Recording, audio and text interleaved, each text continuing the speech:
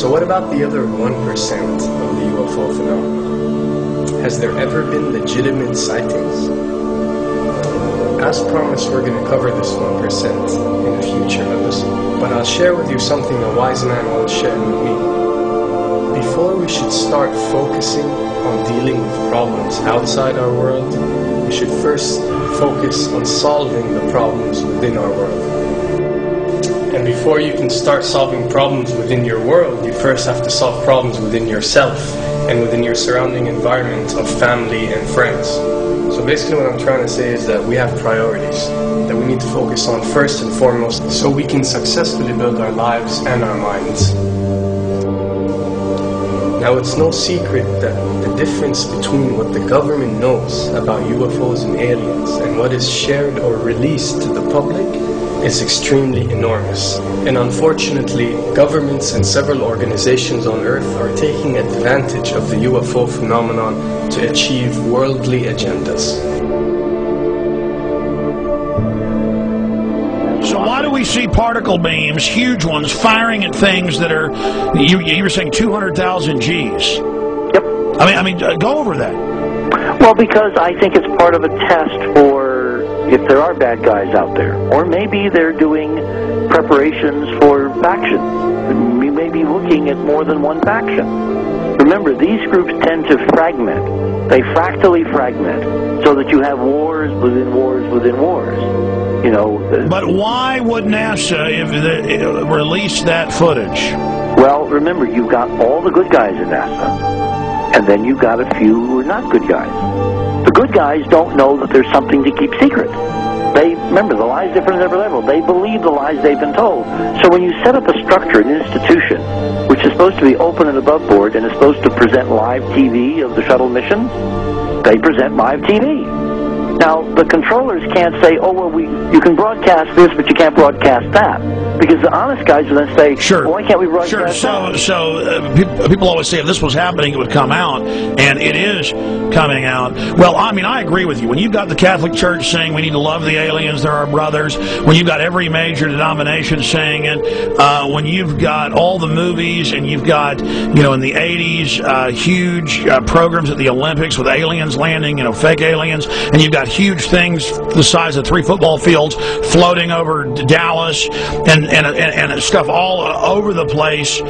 Something's going on. And then I read government documents about fake extraterrestrial landings. You know, any of this. Why? I mean, you believe it's fake. Remember Operation Northwoods? Yes. Okay. Or we can go to the, September 11th. Governments do huge, big things to sway populations at key nodal points in history. They love hoaxes. Yeah, well, it's manufactured history is what it is.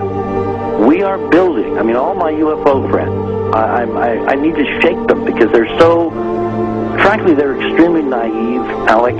They really believe we're building toward disclosure. I believe we're building toward a mass, carefully manufactured, fake event where ETs, who are really humans, who are really part of this secret clique, who are probably Nazis, who have developed or perfected their technology from World War II, which is why you've got to get, Joseph on. They are going to basically fake out the world. And there's an incredible window on the Nazi black ops programs, the compartmentalized, incredible high technology efforts that were being funded by the Nazi war machine, particularly toward the end of the war, in a desperate effort to win the war, and they fastened their hopes on several key technologies, some of which appear to be the control of gravity itself, which again is a separate piece of data from my work, which came at this from a hyperdimensional physics perspective. I mean, we know there's a lot of suppressed technology. I mean, 20 years after the B-2 bomber was already in service, they declassify it. So we have a lot of cases of that. We know there's a whole shadow government. This is technology in physics, Alex, that would make anything you think you know like a candle flame compared to a hydrogen bomb. This is a physics that literally allows you to rearrange time.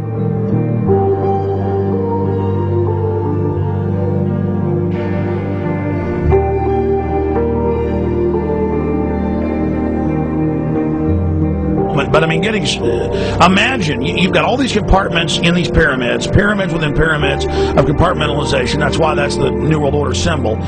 And we don't know what they've got because they are so secret. We know they lie so much. We just know it's advanced. Mainline scientists say they're 30 years advanced. So Richard C. Hoagland, what I'm saying to you is, I'm entertaining what you're saying. I respect you. I think you're a great guy.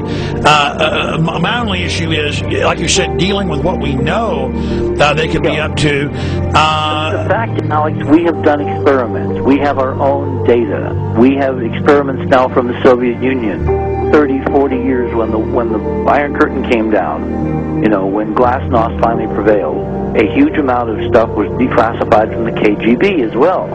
And we now have put this data together.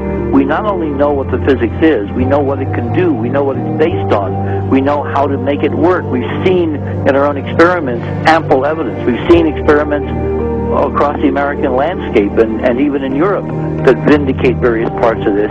And the latest thing I'm working on, it looks like von Braun himself was deeply involved in some of this early physics experimentation, but they're keeping all the good stuff for themselves. The reason is that if we got access to the good stuff, if we got access to the technologies, the energy, we wouldn't be worried about $4, $5 a gallon gas or $10 a gallon gas. We would live like people are supposed to live, all 6 billion of us who could live lightly on the earth, Alex, with this technology. And live longer. Absolutely, and better, and you could live to 200-300 and have the virility of your 20s and 30s. There's extraordinary medical breakthroughs, there's extraordinary physics breakthroughs, technology breakthroughs, energy.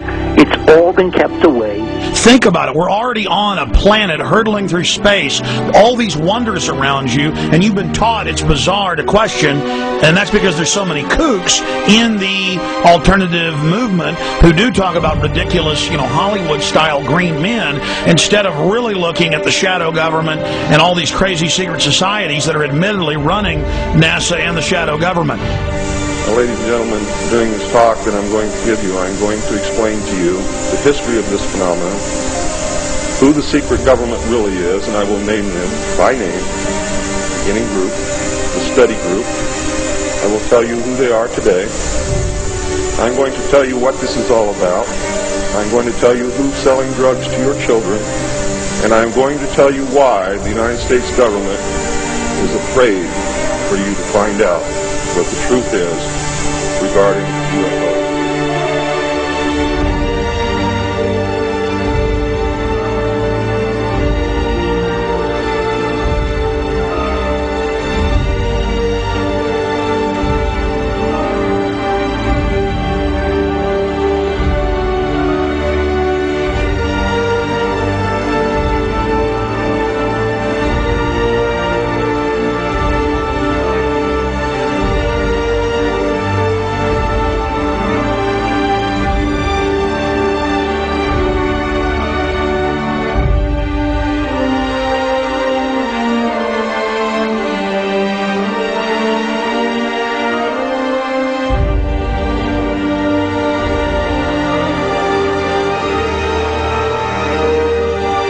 And it turns out that even though she remembered that she'd been part of the team to debrief the astronauts, she couldn't remember a thing that they said. She couldn't remember why she no longer was working with NASA. She couldn't remember. In other words, her memory lapses were enormous, and I don't think they were feigned, because we now found the same pattern in all the flight crews. Because the awful truth, Alex, is they have been brainwashed. They have been mind controlled. They have had a technology, a very sophisticated technology, which took away the real missions that they experienced.